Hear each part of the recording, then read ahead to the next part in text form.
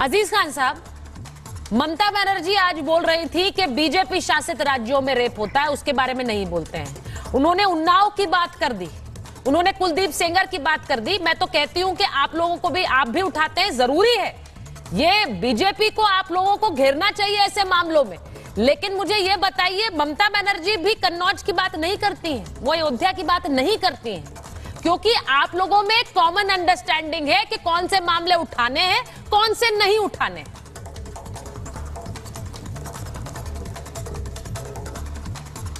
देखिए सुचरिता जी, दो तीन बड़ी अहम बात है। अभी मैं पूरे डिस्कशन को बहुत गंभीरता से देख रहा था, क्योंकि आज बहुत गंभीर प्रकरण है और उस पर चर्चा हो रहा है। जिस तरह आज बिल ममता जी लेकर के आई हैं, वो किस तरह दृढ़ संकल्पित है, किस तरह न्याय दिलाने के लिए महिलाओं के लिए वो आगे बढ़ रही हैं, किस तरह वो इनके अंदर एक ममता है। यकीन मानिए, इस बिल को देख करके एहसास हो रहा है कि उन्होंने कितना कड़ा कानून बनाने का प्रयास किया है। एक बात, अब इसकी निंदा करना, इस पर राजनीति करना कि साहब ये गलत है, देर में आया पहले आया, सवाल ये नहीं है। अगर ये देर में आया तो इससे पहले बीजेपी क्या कर रही थी, उसकी भी जिम्मेदारी थी। कई स्टेट में उसके अपने शासन सत्ता में है, केंद्र में वो है, लेकिन लाने का प्रयास नहीं किया। क्यों? क्योंकि वो दृढ़ संकल्पित नहीं है, वो महिलाओं के प्रति उदार नहीं है। सिर्फ उसके नारे में महिलाओं की बात है कि साहब महिलाओं के सम्मान में बीजेपी मैदान में। अभी जो दीदी ने तमाम सवाल खड़ा किया कि तमाम जगहों पे बड़े स्तर पर रेप हो रहा है और तमाम तरीके के करप्शन हुए महिलाओं के ऊपर, लेकिन बीजेपी ने एक शब्द बोलना मुनासिब नहीं समझा, कोई एक्शन नहीं लिया। तमाम एग्जाम्पल्स दिए गए, मैं उसे दोबारा नहीं बताना चाहूंगा कि मणिपुर में क्या हुआ, किस तरह आप खिलाड़ी बेटियां किस तरीके से प्रदर्शन करती रही, उनकी कोई सुना नहीं। माननीय मोदी जी तो कह रहे बहुत सेंसिटिव है साहब, कभी भी उन्होंने कभी भी महिलाओं के प्रति उदारता नहीं दिखाई। तमाम बड़ी बड़ी घटनाएं हुई, किस तरह प्रज्वल रेवन्ना का मामला आया, कितने वीडियो फ्रंट पे आए, आज वो चर्चा में है, आज कहीं मीडिया में है, कहीं चर्चा में नहीं है। अजीज खान साहब, एक बयान जरूर चर्चा में आ रहा था कि आरोपी का डीएनए टेस्ट करा दीजिए। सहयोगी दल है, सुनिए, बड़ी आरोपी का डीएनए टेस्ट करा दीजिए, ये जरूर सुर्खियों में आ गई। और एक मिनट, यादव का डीएनए मैच भी हुआ और वो डीएनए टेस्ट के बाद रिपोर्ट भी आ गई।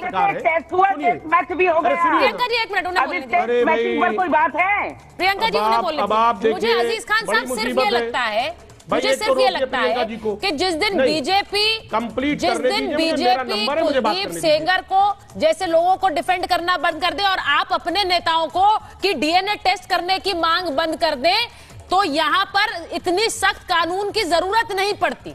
लेकिन समस्या यह है कि आप भी डिफेंस में उतरते हैं, वो भी उतरते हैं। अब आप मुझे बोलिए। मैं वही कह रहा था, मुझे बोलने का मौका दिया जाए, मुझे 10 सेकंड दे, कम से कम बात मेरी कंप्लीट हो जाए। आप प्लीज बोले। देखिए एक बात आप समझिए, समाजवादी पार्टी हमेशा न्याय की बात करती है और जांच की बात क्यों नहीं करेगी? अगर किसी के ऊपर आरोप लगा है तो उस पर जांच होना चाहिए। किसी को दोषी कैसे आप साबित कर देंगे? आप उसके आरोपों को जांच करें, उसकी तहकीकात हो, और अगर तहकीकात की बात समाजवादी पार्टी कह रही है तो मुझे लग रहा है इसमें कोई बुराई नहीं है। इसको अननेसेसरी आप समाजवादी पार्टी को कटघरे में खड़ा कर रही है। नहीं, कटघरे में खड़ा करने का रीजन है, देखिए नहीं, कटघरे में ऐसे ही नहीं खड़ा कर रही हैं। ये मैंने पहली बार इस तरह की मांग सुनी थी जिसमें आरोपी को कहा जा रहा है कि उसका डीएनए टेस्ट करा दो, और उसके बाद डीएनए टेस्ट मैच कर दिया, उसके बाद भी दर्शकों के बीच में सही बात जाएगी नहीं। मैंने आपको बोलने का पूरा समय दिया। अजीज खान साहब ऐसे मत बोलिए ना, पूरी बात रखिए। आप लोगों ने डीएनए टेस्ट की मांग की थी ना। काउंटर बीच में करेंगी, नहीं कर सकती आप। अगर सही बात नहीं, अगर सही बात दर्शकों के बीच में नहीं जाएगी, क्या सही बात नहीं गई है? क्या सही बात नहीं गई है? समाजवादी पार्टी, सुनिए, मुझे बोलने दे प्लीज। तारीफ में फूल बांध दिए, भाई बीच में बोलवा रही हैं आप। बीजेपी के प्रवक्ता का टर्म है, आप उनको वो इन्वॉल्व हो रही है तो फिर उन्हीं से बुलवाइए। फिर मुझसे सवाल क्यों कर रही है? प्रियंका जी उन्हीं से बात करिए। नहीं, अजीज खान साहब आपने 2 बार अपनी बात रखी है। 2 बार चंद्रमोहन जी और ममता जी के पास तो मैं गई भी नहीं हूँ। अब आपका अगर ये मतलब है कि मैं इस मामले में ये पूछूं ना, लेकिन बात कंप्लीट, अजीज खान साहब अभी तक कंप्लीट नहीं हुई है। अच्छा कंप्लीट करिए। डिस्टर्ब किए हैं, वो बोलने नहीं दे रही है। ठीक है, कंप्लीट कर लीजिए। नहीं, बात कंप्लीट कहां हुई? कंप्लीट होने दिए, 10 सेकंड मुझे दीजिए, अनइंटरप्टेड 10 सेकंड दीजिए मुझे। बोलिए ना सर, सुनिए मेरी बात। बोलिए। देखिए मैं कह रहा हूं, डीएनए पॉजिटिव आया, डीएनए पॉजिटिव आया। हाँ। मैं मांग कर रहा हूं, मेरी पार्टी मांग कर रही है, समाजवादी पार्टी मांग कर रही है, नवाब सिंह को कड़ी से कड़ी सजा दी जाए। बीजेपी क्यों डिफेंड कर रही है भाई? बीजेपी सर, डीएनए आने की मांग करने की जरूरत ही क्यों पड़ी अजीज खान साहब? अब इस देश में आरोपियों के लिए हम ये कहेंगे कि पहले डीएनए टेस्ट करा लीजिए, उसके बाद बोलिए इन्हें आरोपी हैं। सर, पॉक्सो की धाराएं तो बहुत सख्त है। वो ये कहती है कि अगर एक महिला आरोप लगाएगी तो उसके बाद इस पूरे उस धारा में आपको ये साबित करना होगा कि आपने इस तरह से क्राइम नहीं किया। और आप ये कह रहे हैं कि डीएनए टेस्ट की मांग, रिपोर्ट आ गई, अब हम कह रहे हैं कि इसको आरोपी कहिए, अब हम कह रहे हैं इसको सजा दीजिए। सर, ये तो आप मखौल बना रहे हैं, और वो भी एक संवेदनशील मामले का। मैं एक बार एक बड़ी खबर बता रही हूँ। मैं अजीज खान जी के पास जा रही हूँ। अजीज खान साहब, मैंने शुरुआत एक सवाल से की थी।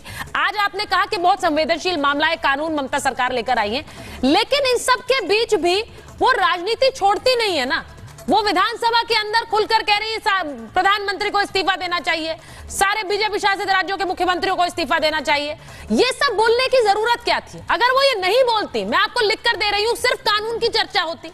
लेकिन वो इस पूरे मामले में भी बार बार नरेंद्र मोदी इस्तीफा दो वाली लाइनें बोलती हैं। क्या जरूरत है उसकी? क्यों मैं न कहूं कि राजनीति है?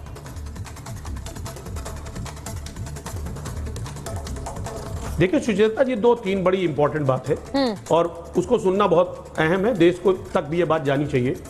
आप भी ये जानती हैं कि वहां सीबीआई की जांच चल रही है और सीबीआई केंद्र के अंडर में आती है, अधीन है, केंद्र के अधीन है। सीबीआई जांच कर रही है और बड़ी गंभीरता से जांच कर रही है। लेकिन जब से सीबीआई की जांच हो रही है, आप इस बात को गौर करें कि लगातार बीजेपी अपने अलग अलग सेल के द्वारा वहां पर प्रदर्शन करा रही है। अब अगर प्रदर्शन होगा पूरे देश में, बंगाल में, तो तमाम काम में बाधा हो रहा है, तमाम तरीके की दिक्कतें पैदा हो रही है। हम देखिए, प्रदर्शन करना एक लोकतांत्रिक अधिकार है। अजीज खान साहब, ये आप बोल करना सवाल डॉक्टरों पर उठा रहे हैं। अजीज खान साहब, you are raising fingers at the doctor. आप डॉक्टरों पर सवाल नहीं। अजीज खान साहब, ममता जी को रखिए। अब डॉक्टर बीच में आ गए। अरे भाई, नहीं आएंगे ना अजीज खान साहब। आप कह रहे हैं बीजेपी अपने अलग अलग लोगों की तरफ से प्रदर्शन करा रही है। आप भी ये कह रहे हैं कि ये प्रदर्शन डॉक्टर नहीं कर रहे हैं और बीजेपी के लोग कर रहे हैं। मैं क्या कह रहा हूं, जरा सुन लीजिए। देखिए, डॉक्टर ने भी किया है और अब लगातार बीजेपी इस पर राजनीति कर रही है। वो डॉक्टर बेटी को न्याय दिलाना नहीं चाहती है। उसकी मंशा ठीक नहीं है। उसकी विश्वसनीयता पे बहुत बड़ा सवाल है कि आज लगातार प्रदर्शन का क्या मतलब है? सीबीआई जांच कर रही है, जांच में जो चीजें निकल करके आएगी, जो दोषी उसको सजा मिलेगा। लेकिन सच्चाई यह है कि इस पर राजनीति हो रहा है, वोट बैंक की राजनीति की जा रही है।